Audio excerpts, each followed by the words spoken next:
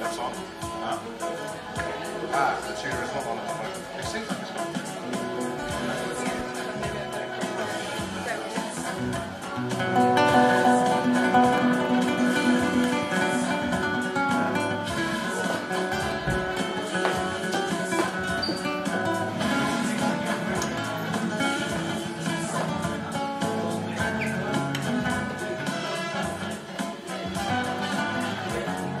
Where is this love? Keep it coming.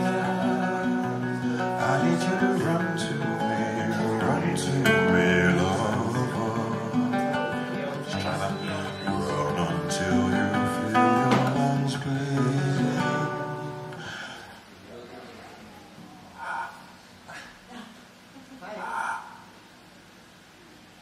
Hello. Hi there, I'm Oisin Hendricks. And I've got a favour to ask every single one in the room. When I say oi, you say sin. Oi. Oi. Oi. Okay, so that's how you spell my first name. Does anyone know who the most famous Jimmy is? So put those two together, Oisin Hendricks, Oisin Hendricks, and you have successfully been subliminally messaged in what seems to me like the most intimate way ever, you know? Coca-Cola. Okay, I'm going to play you some songs and tell you a story at the same time. Right? Isn't that crazy? So this first one is a song that was given to me by a star while I was on way too much hallucinogenics. Okay, yeah. That's that story. Looking at this star, it's blinking too many colors, and I'm like, and it starts singing, and so this is what it said.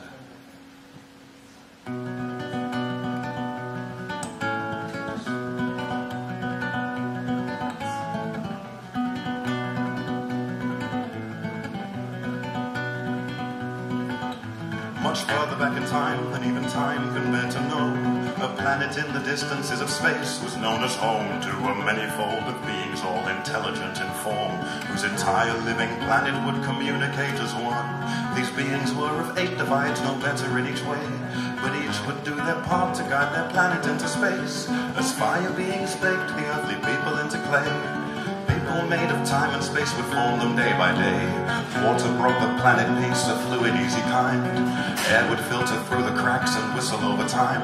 Then beings of pure light would then illuminate the earth, and beings of pure holy sound would herald in the universe. Their planet hung in space between the 9th and 7th verse, between the realms of action and perception in the linear. These beings hung in space without a coil, corpse or form, but lived to tell the progress of the earthly bodied ones. In turn their earthly bodies would give reverence and song, and use their earthly bodies to give elements a home. So beings of pure light would inside them make them strong, or time would feed upon them and turn warm hearts into stone. Do you remember in the time before we died, when you and I made love beside a nebula of light, and slipped into the distance to be married off as lovers with no name, of burning ice and liquid flame? Do you recall there in the place that we once met, that's long destroyed and hasn't been discovered yet, but someday soon we'll be returning to the planet with no name, where someone said we all once came from? Do you recall there where our fire was given flesh and molded into form so that we never could forget? Before we crashed the world into the sun, we were living in the ether in a strange dimension. Do you recall there in the place that we were made, where love was given form and all our promises had names? You looked in the black holes of my eyes and promised you would write the book of love with me. planet and its people were in blissful harmony, the universe responding to their waking energy, and pushing them to rolling through the great black sky with a manifest of energy that grew but did not die, but orbiting the galaxy, an ancient evil sword, 60 billion eons since its ugly death had wrought, a star in the sky to the beings of the world that grew with a volition that they couldn't deny. The home planet that they knew and loved was soon to be destroyed by another from above, and so the manifold beings, all connected as one, built a great crystal ship to get everybody off. The ship consumed the earth 1,000 miles high, a giant formed of stone filled with these elemental kind. But as we all prepared to drive our planet into space, the scientist came in with a sad look upon his face, and he said, we can travel through space, we can travel through time, we can travel right through matter in the mind. Oh, push through to the beautiful blue, but I don't know what will happen when we slip through the void. We can lift up the veil and tune in, put the needle onto wax, make time begin, and then swim through the beautiful blue. But there's no way of knowing what will happen when we slip through the void, slipping through the cracks of light and matter first. We pushed with sonic hyperdrive into the sonic verse. Then 1,000 screams resounded when we hit the starburst. For the people of pure light and sound, they rippled and dispersed.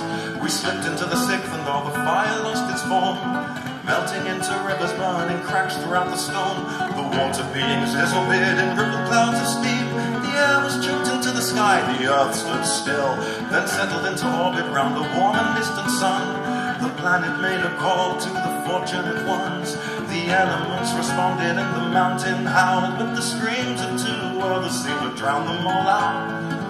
Two beings, water, fire, and flesh, were stuck outside the dimensional crest, suspended in their bodies, living physical lives. They had forgotten all the beings of the ninth dimension, armed with nothing but a memory of time, a thirst for air and water and a love of earth and fire, the guidance of sound and the light surrounding, but no recognition of the spirits around them. The earth called out to them and begged them to return, but stuck beyond the veil, all the fire can do is burn. But now every now and then when love is born, they'll whisper in one ear and sing into the other one. Remember in the time before we died, when you and I made love beside a nebula of light, and slipped into the distance to be married off as lovers with no name, of burning ice and liquid flame. Do you recall there in the place that we once met, that's long destroyed and hasn't been discovered yet, but someday soon we'll be returning to the planet with no name, where someone said we all once came from? Do you recall there in our fire was given flesh and molded into form so that we never could forget? Before we crashed the world into the sun, we were living in the ether in a strange dimension. Do you recall there in the place that we were made, where love was given form and all our promises had names? You looked in the black holes of my eyes and promised you could write the book of love with naked fire, can burn forever, live forever, it learns forever, it's always hot and it scars forever, and flickers in your heart forever. Well, pure water can flow forever, run forever, just know forever, it'll always rain on our souls together and run through our veins forever. Well, this earth will wait forever and silently rotate forever. The breeze will always change forever. The winds will always carry us home, but tender flesh will age and wither with sickness till it dies forever. Well, this life is fueled by love, but no one could love life forever, no.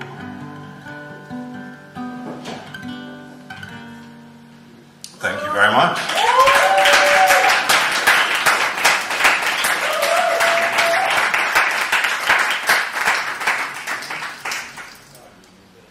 Yours, oh God. Who of the performers in here know the agony of the sound of applause? Any performers in here who are like, the sound of claps just make that kind of hurt? Not you. I know what claps do to you. They set you on fire. It's fantastic. I thought it But- was like a song. Huh? I thought it was like a title of a song. No, it is. No, it's not. It's just clapping. It's just like, oh my God, it brings out the shame and it just hangs it in front of my face. Yeah. So I do this next to my head, and it kind of does something. I don't know. Ooh, here's another song. This is a song about everyone, but it's not. You know, it's about me. I wrote this in prison, and this is what I thought.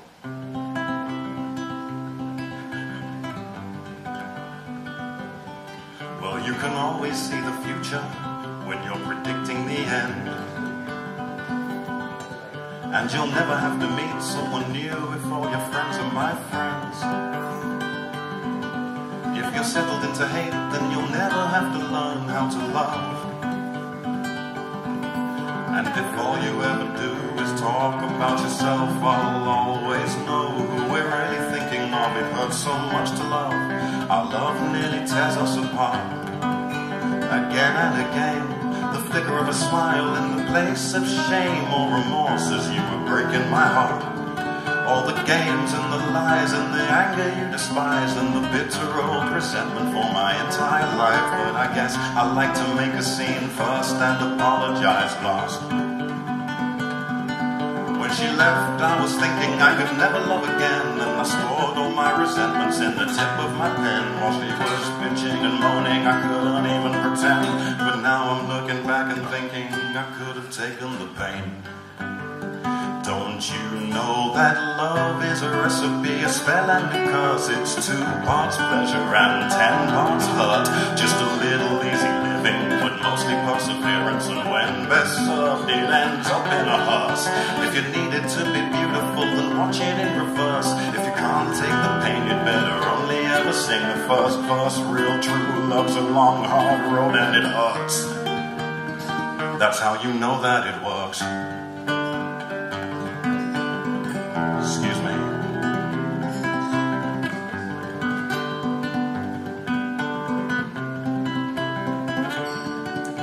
Well, if you be my poison, I'll be your remedy. Oh, it's a bumpy old road and the only one we know. 1,000 miles an hour in the wrong direction, but I'll take you around the world. If you'll be my destination, in the end we won't regret a thing. We'll live a life, find a lover or a wife, and then roll the credits and the song comes on. When the movie was done, but then lo and behold, that's when the babies are born. Maybe the fire is gone and they both move on, or maybe they get married and it all goes wrong. Either way it's alright, cause that's just life. It's 1,000 million ways to get it all wrong. Maybe you're lucky and you get what you want, or maybe you just dream like a real person. Either way, I hope you dream every day and have it all fall away. Lose life and start a new one. I hope the pages of your book get torn and the songs that you hear keep going on and on. About a life no one's living, a pure perfection that ends at the beginning when it's only just begun. This life is a beautiful one, a treasure chest to test, and it always a ton. But which one of us isn't a man or a woman, just living our lives at the barrel of a gun called love, hate, need and want, just running from the work and looking for the fun, trying to get by and hold it all together. This isn't about you and me, this is a song about everyone. But don't you know that life is a recipe, a spell and it's strange. In 65 billion years it ain't changed. We're all still staring at the same old sun, crying the same old tears as it falls into the same horizon, into the same old sea, as the same winds blow between you and me, as the same earth turns over these same stones, as we build new lives, new loves and new homes. Need a little proof, just look up at the sky and find me a cloud or a star that won't die. Real true life is a long hard road and it hurts. That's how you know that it works.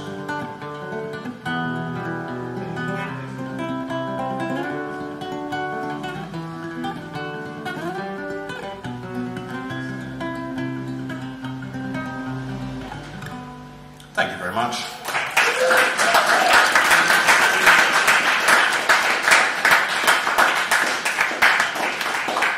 Okay, last one is the smallest violin. Oh, this makes me feel really comfortable. You know, like every musician should have a song where they like insult themselves poetically, and this is mine. It's called The Smallest Violin. Has anyone heard The Smallest Violin before?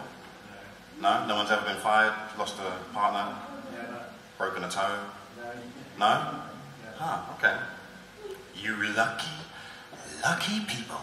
And yeah, just fucking away.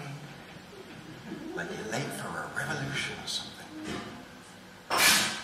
Human Traffic, 1999. Okay, this is the smallest violin in the world. If you can't tell, I'm a little bit autistic, so if anything just comes out and I have to say it, forgive me.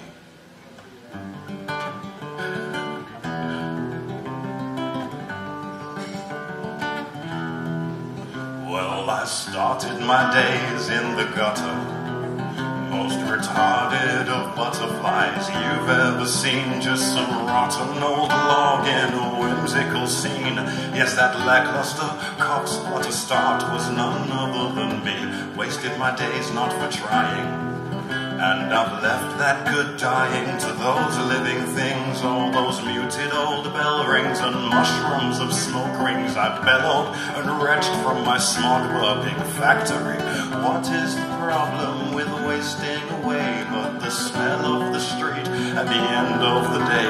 If the earth is your bed and the sky your TV, then the sun and the moon can be all that you need. So scrape me a bed out of water and sand, and I'll crush you pure gold from the piss in my hand. This place has no home, but it's no foreign land. We're all trapped in a cycle of slavery. Look, it's the smallest violin in the world, playing the saddest little song you've ever heard, and it's playing for me.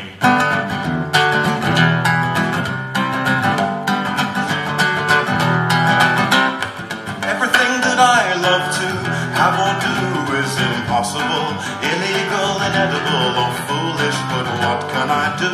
An impossible fool to some poisonous criminal, wanting for nothing but you. Everything that I love or have or used to was amazing, incredible, and too fast to move on. Oh, what did I do? I've left the door wide. These thieves have embarrassed and pets from the coop. And the smallest violin in the world, it just keeps playing. Everything that I say or comes out my mouth is just arrogant, rude, and inconsequential. Just vagaries poised at the edge of the universe, preaching of God while ignoring Him right here in you.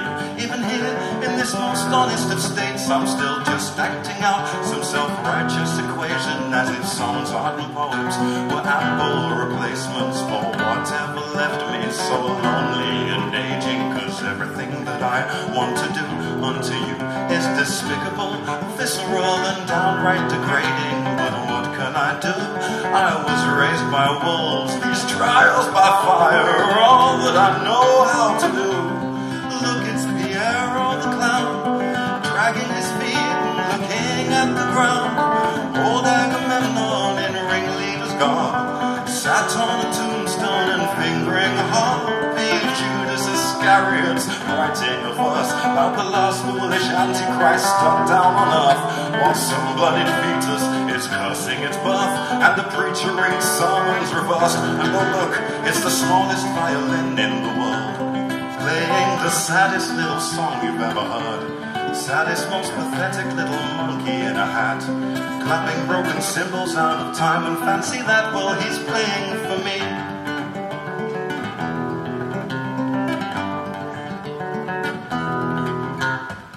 Let me spell this all right out for you. I'm a cannibal, bastard, abomination too.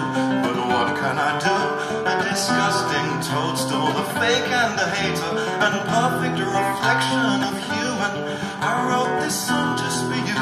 It's called Immature, conceited, thick-headed shrew. Just a lackluster, loose, lackadaisical tune to remind my sweet form of the function of human. Oh, I just thought something quite out the blue. It's a comfort and a relief and a miracle too. Well, I may not have managed to dodge that old bullet, but thank the good Buddha, he seems to have passed straight on through. Look, it's John Lennon and Jay, waving their flag at the end of the day.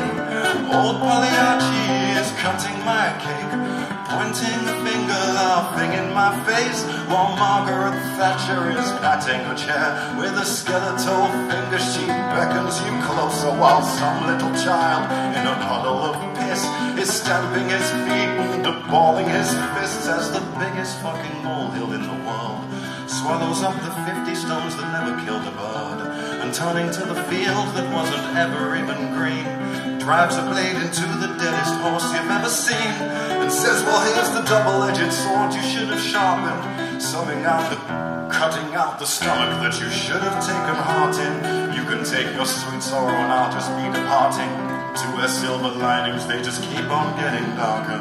And look, it's the smallest violin in the world, playing the saddest little song you've ever heard. Saddest, most pathetic little monkey in a hat, clapping broken cymbals out of time in desperate act, dancing broken legs around a blanket on the street, body of a homeless violinist underneath, clutching broken fingers deftly grip against his bow, struggling a tune amidst the cold, and what you know, well, he's playing for me.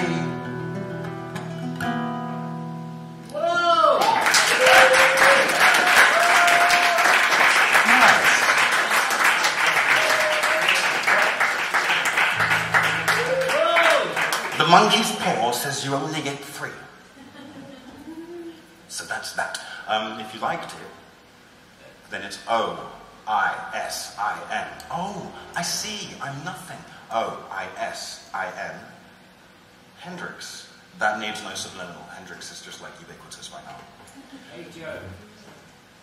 You know, I heard you shut your mama down. Shut her down to the ground. You know? Hey, Peter. You know? No? Typo negative? Anyone, P stills? I've got to get off stage because this is your guys' time. Okay, is that down? Have a round of applause, guys.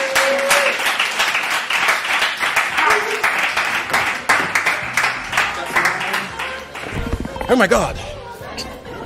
Cool, man. Thank you.